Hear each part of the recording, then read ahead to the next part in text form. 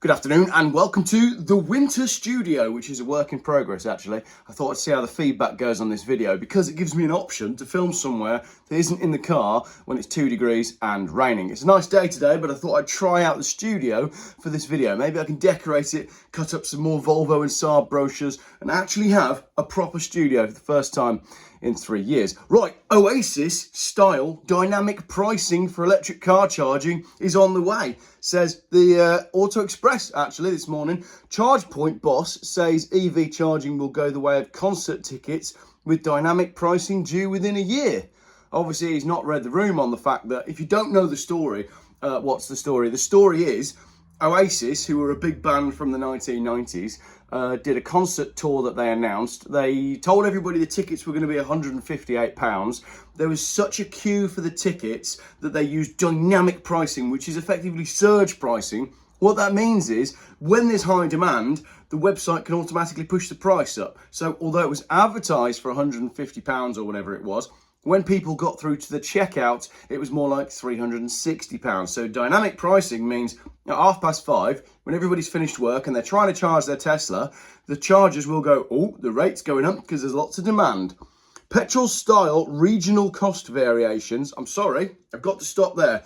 Petrol style regional cost variations. Why do we have regional cost variations? Because the cost of petrol is set based on how poor the people are where the petrol station is. That's another scam as well, isn't it? Anyway, let's carry on. And dynamic grid-related pricing will come to public EV charge points within 12 months, according to the boss of one of Europe and North America's largest charging solution providers. Joe Gorman, head of Europe at ChargePoint, told Auto Express he thinks we'll see dynamic pricing within 12 months for sure. The process whereby individual sites can adjust their prices depending on demand and available grid capacity would potentially allow drivers access to cheaper electricity during periods of low demand. No, it wouldn't, would it? Basically, what that's going to mean is if there's low demand, that will be the normal price. Like imagine going to the petrol station and seeing fuel at £1.39.9 a litre, and then the next day you go past and there's a queue of 6 cars waiting for fuel and it's up to £1.54 a litre because the cashier has gone, oh, there's 6 cars waiting, we'll bump the price up. That's essentially what this is. On the flip side, it will also allow some sites to ramp up prices during busy periods, exactly what I just said, or when demand on the grid is particularly high. Gorman countered this with an anecdote from a German supermarket chain he works with, which, thanks to an extensive array of solar panels, has been known to offer loyalty card customers free top-ups while they shop.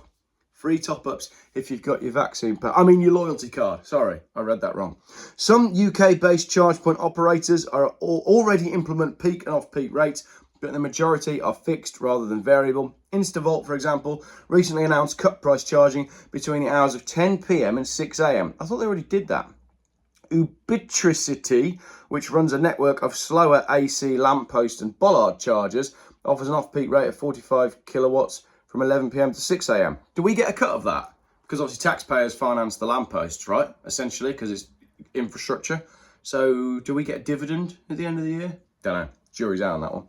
As a so-called charging solution provider, ChargePoint builds much of the hardware and software for companies like Instavolt. And Gorman told us the technology required to implement dynamic pricing is already embedded within the products. Of course it is. Of course it is. Just like the, technology required to implement dynamic pricing is already embedded within the products, right? The technology required to implement road charging is already embedded within the cameras that are already installed. You can see them when you drive around. Done 2 road trips in the last 2 days. I went to the Elan Valley in Saab and I was spotting cameras everywhere. In fact, there's a new form of camera, which I haven't filmed yet. It's like a square one, like that. It's got 2 round holes in it. They're only small, about that size. Looks a bit like an owl, okay? Square. Look for them when you're out and about. I don't know what they're for. I'll do a video on them soon. When asked why more CPOs don't use dynamic pricing to attract customers already, Gorman said it's largely down to how these companies do business. Conventional petrol stations make the most money are in the shop, whereas CPOs rely more heavily on selling the electricity. It simply isn't in their interest to offer lower prices, even during off-peak periods. So there we go. Dynamic pricing is coming according to Auto Express. Right, there's one comment here that I want to read because I think it's a good one because it's exactly what we're all thinking. I think we all know that dynamic pricing will result mostly in higher cost when demand is greatest, rather than any particular bargains when fewer people want to charge. There's no changes that happen to pricing structures of anything ever, really, that make things cheaper for us human beings. There's never anything that makes life easier for us. But I'll tell you what has made my life slightly easier today, filming in here instead of a freezing cold Saab. So let me know what you thought of the video. I'll add some improvements to the studio. So I've got my Hot Wheels collection behind me. We've obviously got Rickard Rydell here in his Volvo 850. And I've got a stack of brochures down here that I can cut up, and I could do like a collage, you know, we'll do a bit of cut and paste, and I'll decorate the studio if you think this format works. If it does work, that'd be great, because it'll save me a whole lot of time, and it'll be a lot easier for me to get my content out during the winter. Thank you very much for watching. Let me know your thoughts in the comments. I want to know your thoughts on dynamic pricing for EVs, and yeah, obviously let me know what you think of the studio. Thank you.